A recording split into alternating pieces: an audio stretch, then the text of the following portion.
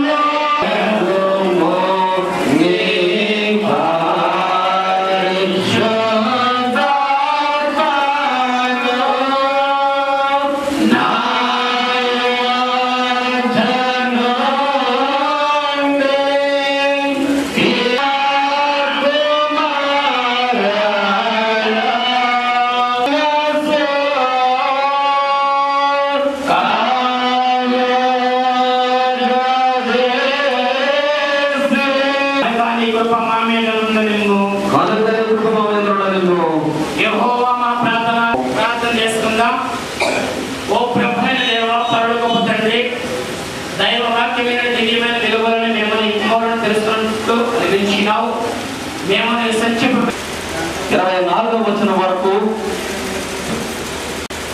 స్థానిక సంఘ సెక్రటరీ గారైనటువంటి ఆదికాండము 2వ అధ్యాయం 18 నుంచి 24వ వచనం వరకు. మరియు దేవుడైన యెహోవా నరుడు ఒంటరిగా ఉండడం మంచిది కాదు, వానికి సాటి అయిన సహాయమును వాని కొరకు చేయమనుకుని దేవుడైన యెహోవా ప్రతి భూజంతువులను ప్రతి ఆకాశ పక్షిని నేలను నిర్మించి ఆదాము వాటికి ఏ పేరు పెట్టునో చూచుటకు అతని యొద్దకు వాటిని రప్పించును. జీవము గల ప్రతిదానికి ఆదాము ఏ పేరు పెట్టునో ఆ పేరు దానికి కలిగను. అప్పుడు ఆదాము సమస్త పశువులకును ఆకాశ పెట్టను. అయినను ఆదాములకు సాటి అయిన సహాయము అతనికి లేకపోయింది. అప్పుడు దేవుడైన యెహోవా ఆదాములకు గాఢనిద్ర కలుగు చేసి అతడు నిద్రించినప్పుడు అతనికి ప్రకటనలలో ఒకదాన్ని తీసి ఆ చోటున మాంసంతో పూడ్చివేశాను. తరువాత దేవుడైన యెహోవా తాను ఆదామును తీసిన ప్రకటనలను స్త్రీనిగా నిర్మించి ఆమెను ఆదాము వద్దకు తీసుకుని వచ్చాను. అప్పుడు ఆదాము ఇట్లనెను, నా ఎముకలలో ఒక ఎముక, నా మాంసములో మాంసము, ఇది నరుల నుండి తీయబడిన కనుక నారి అనబడను. కాబట్టి పురుషుడు తన తండ్రిని తల్లిని విడిచి తన భార్యను హత్తుకొనెను, వారు ఏక శరీరమైంది. స్త్రీలారా, ప్రభువునకు వలె మీ సొంత పురుషులకు లోబడి ఉండుడి. క్రీస్తు సంఘమునకు శిరస్సైయులాగున పురుషుడు భార్యకు శిరస్సై ఉన్నాడు. క్రీస్తే శరీరమునకు రక్షకుడై ఉన్నాడు. సంఘము క్రీస్తునకు లోబడినట్టుగా భార్యలు కూడా ప్రతి విషయములోనూ తమ పురుషులకు లోబడవలెను. పురుషులారా, మీరును మీ భార్యను ప్రేమించుడి.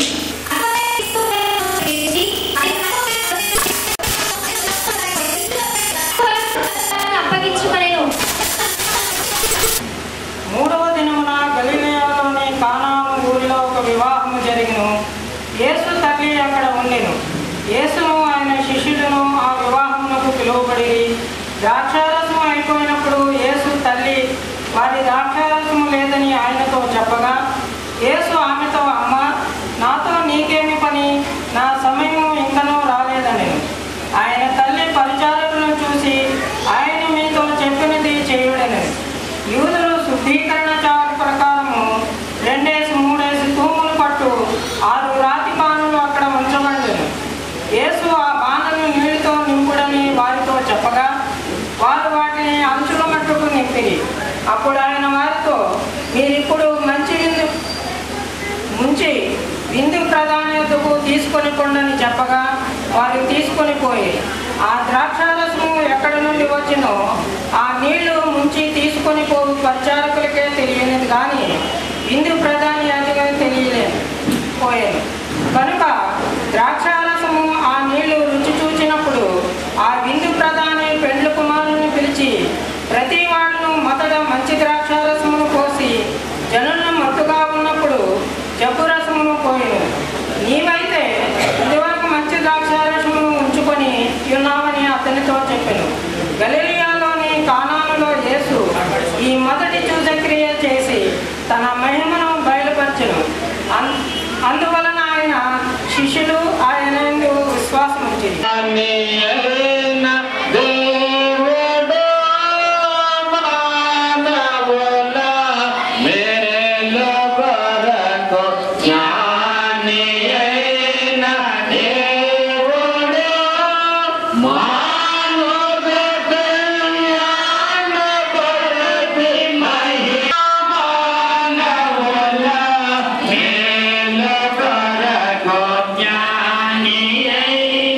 Yeah.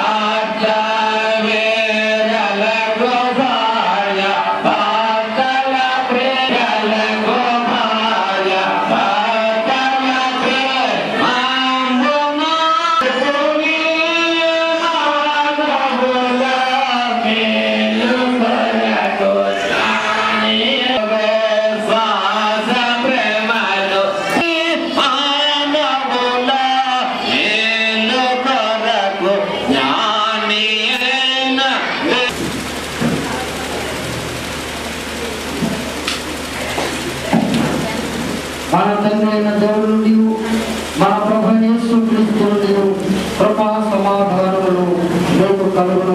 వధువులకు ప్రభు అయిన యేసుక్రీస్తు నామములో ప్రత్యేకించి నా శుభవందనాలు తెలియజేస్తూ ఉన్నాము. ఘనమైనదిగా పరిశుద్ధ బైబిల్ తెలియజేస్తూ ఉంది. ఇది దేవుడు ఏర్పాటు చేసినటువంటి దినము. ఇది దేవుని చిత్తానుసారముగా జరుగుతున్న కార్యమని దీనిలో పాల్గొన్న మనమందరము కూడా సంతోషించి ఉత్సాహించేవారుగా ఉన్నామని నేను తెలియజేస్తూ ఉన్నా. మనందరికంటే ఎక్కువగా సంతోషించేది నూతన వధువులని నేను అనుకుంటూ ఉన్నాను. ఎందుకనంటే ఎప్పటి వరకు వారు వేరు వేరు స్థలాల్లో వేరు వేరు ప్రాంతాల్లో వారు జీవించారు.